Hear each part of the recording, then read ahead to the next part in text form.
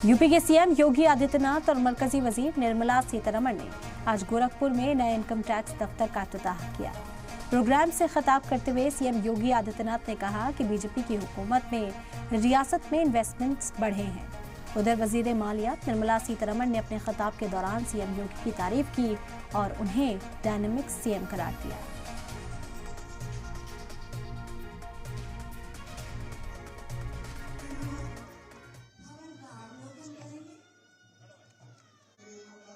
निर्मला सीतारमण आज पहुंचे थे इनकम टैक्स दफ्तर का इफ्तिताह करने के लिए। इस मौके पर सीएम योगी आदित्यनाथ ने भी सभी को मुबारकबाद पेश की।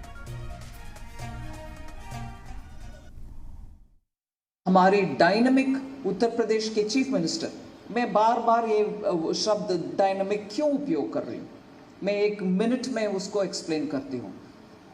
अगर मेरे नंबर गलत है तो चीफ मिनिस्टर साहब उसको करेक्ट करिए। उत्तर प्रदेश में 75 डिस्ट्रिक्ट्स हैं, ठीक है।